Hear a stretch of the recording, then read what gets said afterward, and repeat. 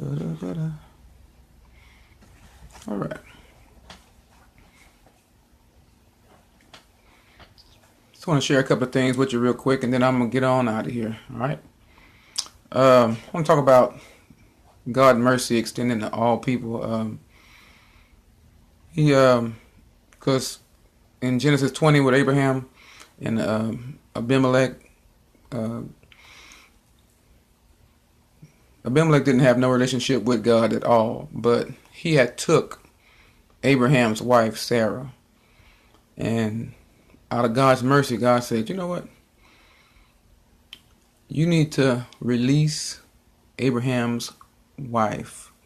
That's a man's wife, and half the problem was that Sarah hadn't had Isaac yet, and so he interrupted the promise of many nations that's inside of Sarah, and God wasn't about to let he ain't about to let nothing contaminate the promise that he has given to you. All right. So he told Abimelech, he said, you got a man's wife, and you are but a dead man if you don't restore her back. He said, now the man whose wife you took, he is a prophet. He is going to pray for you. Now Abimelech was like, well, Lord, she told me that was her brother, and he said that was his sister, which was true. But God said, well, now since you know, and you know the truth now I want you to restore the man's wife back to him.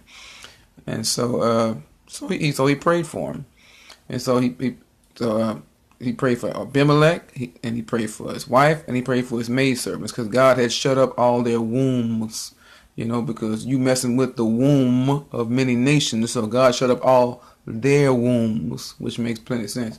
So God speaks to the most unlikely people. He had no covenant with Abimelech. He didn't have to warn Abimelech, but out of his mercy, he warned Abimelech and let him know, hey, you're doing the wrong thing. Restore the man back his wife.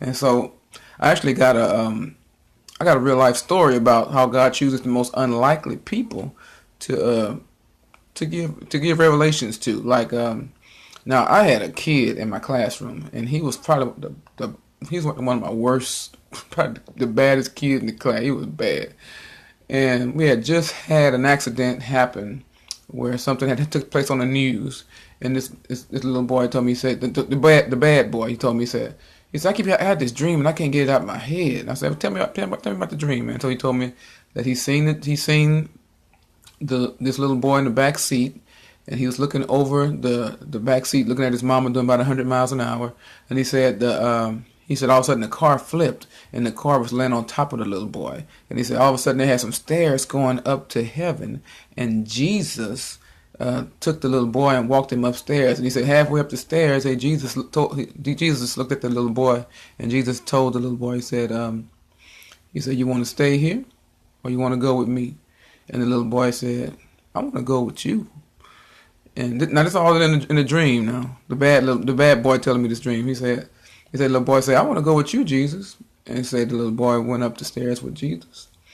And when they looked back down under the car, they said the little boy was dead. So in real life, this accident happened, and they had a mother's car flipped, and the little boy died. So I asked the little boy in my class. I said, what do you think? What would have happened if the little boy would have said, I want to stay? And he said, the little boy would probably still be alive. I said, exactly. I said, look, we have a say-so. God asked us, do you want to stay or do you want to go? We have a say-so about our lives. Jesus said, no man taketh my life, I lay it down. All right. So that's just two examples about God speaking to the most unlikely people, because he didn't have to speak to Abimelech.